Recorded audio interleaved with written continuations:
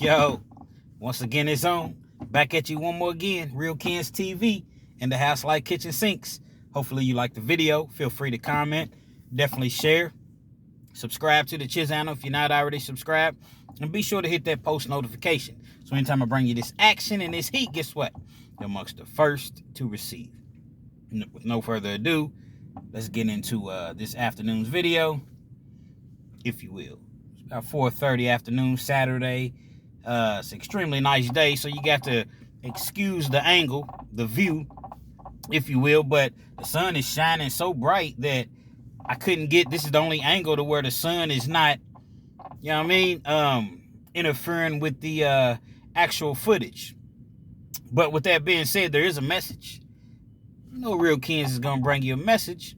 You know, I've often said that if I was to able, you know, if I was fortunately able to become successful as far as financially, I'd spoil my kids and give them everything, and they wouldn't really have to do much.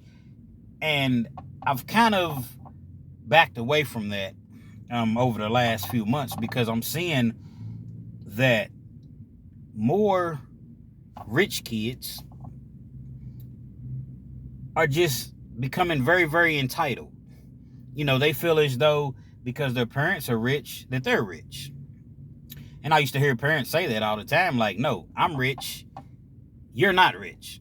And I'm going to help you. I'm going to give you an avenue to create your own lane, your own legacy, your own wealth. But at the same time, just because I have it, doesn't necessarily mean that you're going to have it like that. And I always thought that was kind of lame initially. But I want to share this story with you all. And at the end of the story, I'm quite sure that you'll kind of see where I'm coming from. Pause. Back in 1994, it was a football player, played for the University of Kentucky, the Kentucky Wildcats. His name was Trent DeGiro. He was 21 years old, and as I mentioned, he played for the UK Wildcats, and pretty popular guy on campus. You know, well liked, well spoken.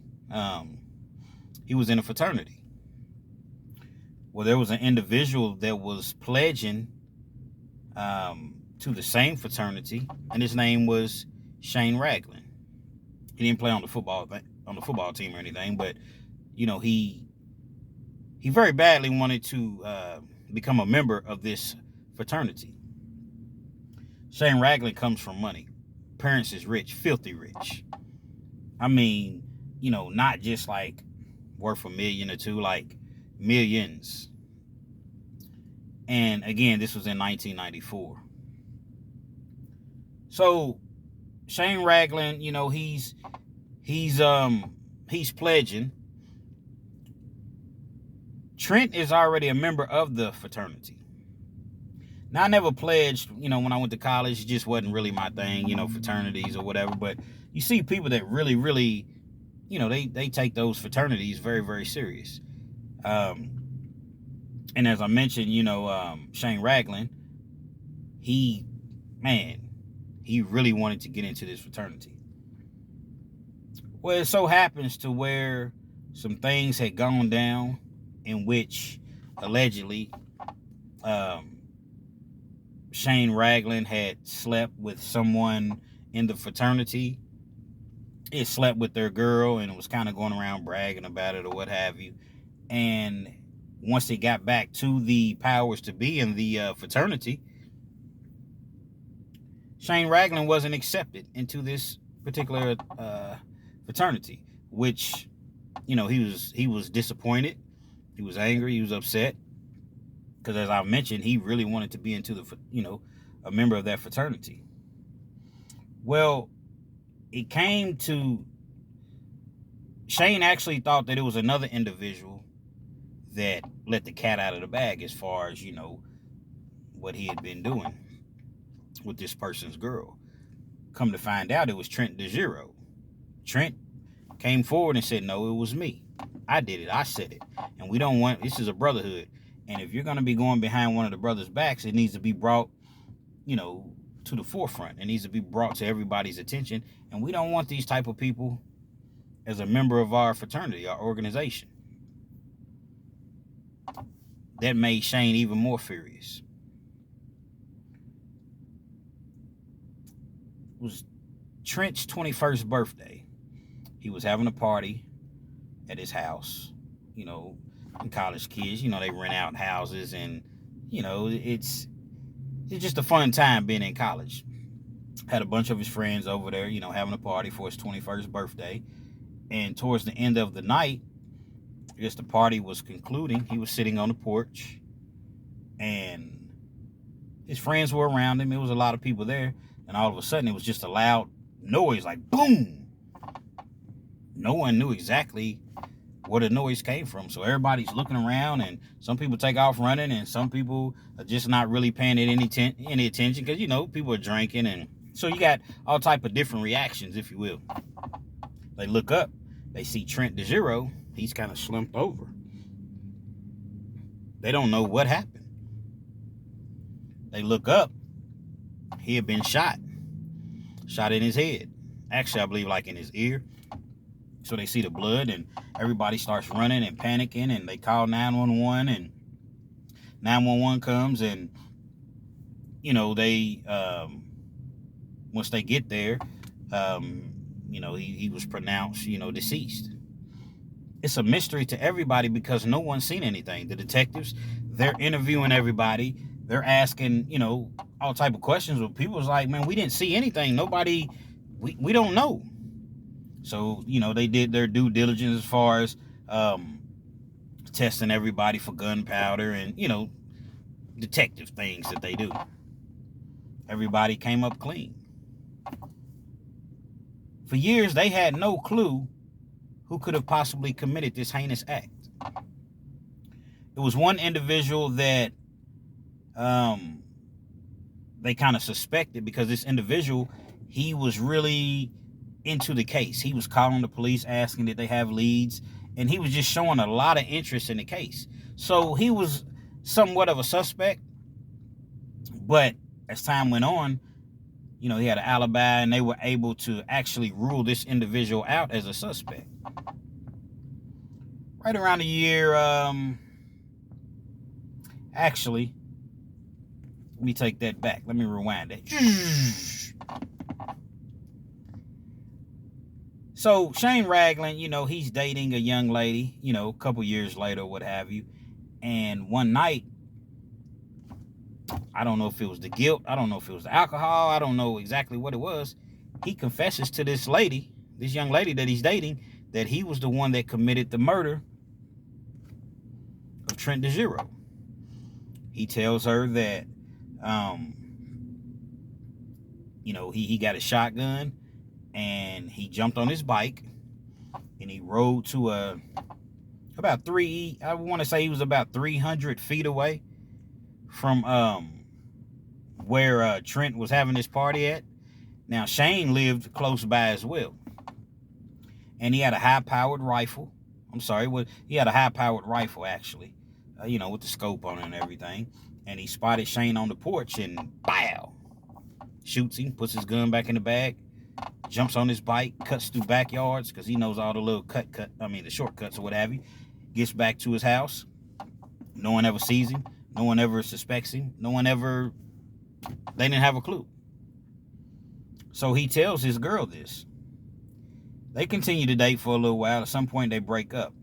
Right around the year 2000, I guess the girl, she's feeling guilty. You know, her conscience is eating at her. So she decides to let the authorities know that I have this information on an unsolved murder. They listen to her. She meets up with him, you know, a few times or what have you. And at this point, she's moved out of town. So her and Shane, they're no longer, you know, a couple. Well, the police, they're real good at setting people up. So she has, the police, they actually have her contact Shane. They meet at an airport. And she tells him that, you know, she's going to be coming back in town, and she misses him, and she, you know, she's really wants to get back with him, But the reason that she left is that the disturbing story that he told her, she just couldn't get it out of her head. So she said she needed closure. She needed clarity. I can get back with you, but yet I have questions. Like, why would you do something like this? Why would you? And, Shane never came forward and said, well, I killed him because of this. But he was just more so like, I regretted it right after I did it, but there was nothing that I could do. And there were undercover police officers that were actually there at the airport. There was nothing that I could do. And are you sure you're not trying to set me up or anything like that? And of course, she's playing her role like, no, I would never do anything like that. It's just that you don't get something out of your mind like that. Like, why would you do something like that? Like, I haven't said anything. It's been several years, but it's still a question mark that I have. So he implicated himself enough to where the detectives, they came out, made an arrest right there on the spot. He goes to jail. Now, when he goes to jail, he's obviously charged with murder. His parents got a lot of money. So they end up getting him out on house arrest. He continues to mess up over and over, but they have money. So they continue to allow him to stay out. See, if it was me or the average Joe, you're just going to sit in that county jail for, 2.5, 3 years until your murder case is over. He goes to trial. Now, one of the stipulations, the main stipulation with this young lady testifying is that she's one and done. Because she was afraid. She started receiving death threats and, things like that. So she was like, I'll testify one time. After that, no more. I'm done. They go to trial. Shane Ragland is convicted of murder. Now, while he's convicted of murder, he only receives a 30-year sentence. So they give him 30 years, send him to prison. Of course, he's going to appeal it. Anything over, if you receive a sentence over 15 years in Kentucky, the appeal is automatic. It's a direct appeal. So his parents had money, so they were going to appeal it anyway. And they done spent millions of dollars on attorney's fees. I remember reading it in the paper where his father, he had to end up cashing in some stocks and things of that nature because it was just costing so much money. To have experts brought in and, his defense team and just everything that comes along with a murder case, a murder trial. So they appeal it. The time he's appealing it, he's not out on an appeal bond. They send him to the penitentiary. They send him to Eastern. Eastern is one of the worst prisons in Kentucky. May be the worst, especially back then, early 2000s. He goes to Eastern. He ends up getting his wig split. Somebody goes upside his head with a dumbbell. Because, he's a rich kid. He probably arrogant. He's probably, I wasn't at Eastern at that time. I was a few counties over. But I wasn't actually at Eastern. So, he's probably arrogant, thought that, his dad had all this money. He could have got involved in drugs, could have owed people. I don't know exactly what the case may be or what the case was when he was in prison. He ends up getting his wig split. They airlift him out of the prison. Airlift means the helicopter comes in. They're going to rush you to the nearest hospital. So it's life-threatening. He ends up doing 6 years in the pen, and he's granted a new trial. He's granted a new trial because one of the agents, I'm not sure if it was an FBI agent, but I want to say it was an FBI agent, he lied about the ballistics on the bullets and the shotgun because coincidentally they found the same type of shotgun, assault rifle, in the presence of Shane Ragland, but yet the bullets didn't match. Well, the agent said that the bullets did match, and he actually lied. So, and there was a couple other things, discrepancies in the case. So, Shane Ragland was granted a new trial. That's what money does for you. Problem is, the young lady said she wasn't testifying anymore, and they tried to get her to testify. They tried to force her to testify. She had already told them, one and done. I'm not doing it no more. I believe they actually put her in witness protection. So without her testimony, they knew that there was no way that, they could possibly win. So they ended up giving him a plea deal for manslaughter and time served. He had served 6 years in prison, plus another 1.5 years on house arrest. So he got time served for manslaughter. And was released from prison. And it's so crazy how karma works, because he actually had a situation with another girlfriend that he had, and they were kind of, in and out of the court system or what have you. He had a couple DUIs, but nothing crazy. One particular day, he ends up getting in a car wreck. When he gets in a car wreck, he's paralyzed for life. Like literally in a wheelchair. Can no longer walk anymore. And it's just one of those things to where you look at it and it's like, who really won in this situation? Nobody won. You got Trent DeGiro, lost his life on his 21st birthday. You got this young lady who's probably still afraid for her life. You got Shane Ragland.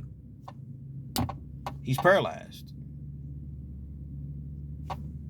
Can never walk again. The parents, the family of Trent DeGiro, they sued. I think they won like a $63 million judgment.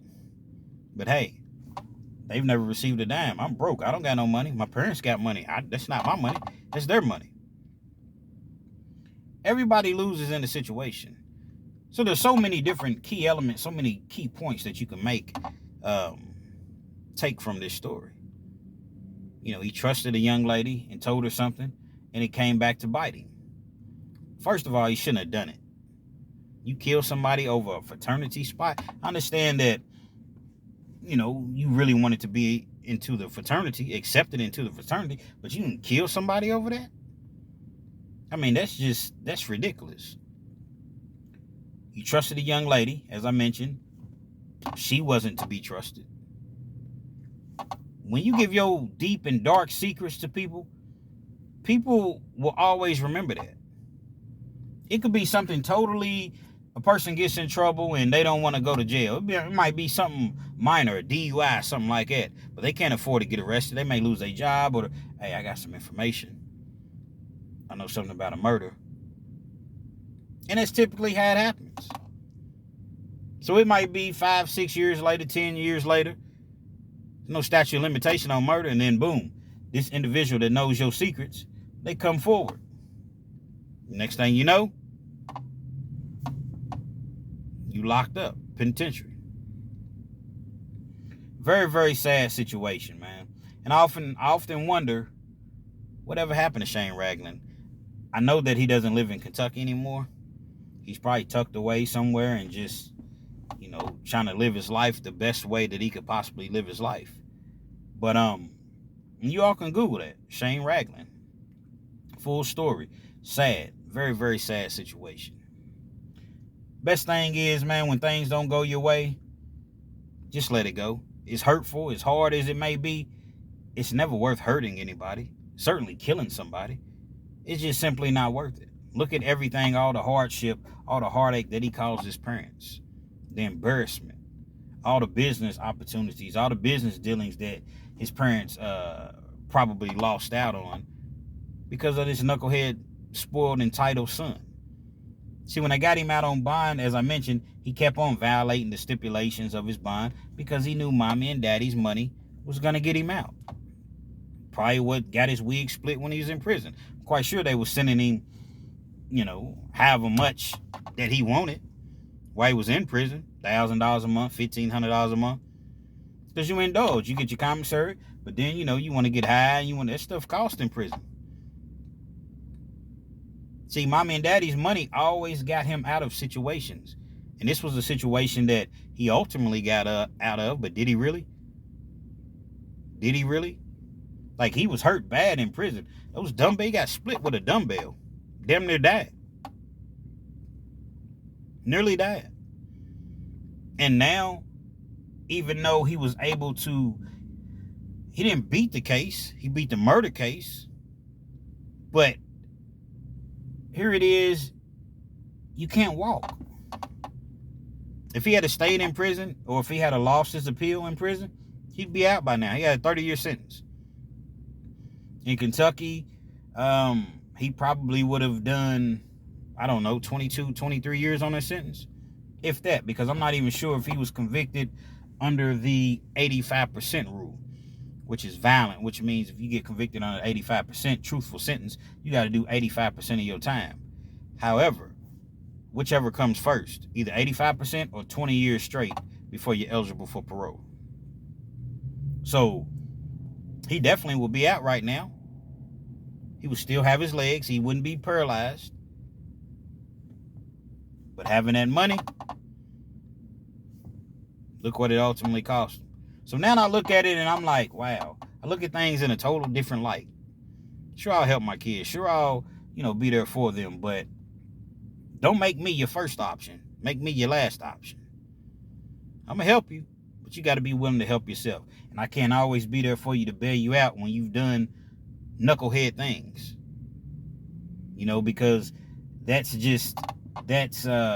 making the situation even worse for you in the long run. Real Kens TV. Hopefully you liked the video. Feel free to comment, definitely share, subscribe to the channel if you're not already subscribed, and be sure to hit that post notification. So anytime I bring you this action and this heat, guess what? You're amongst the first to receive. Now I can finally turn back around the way that I prefer to turn around because this angle's killing me. Real Kens TV.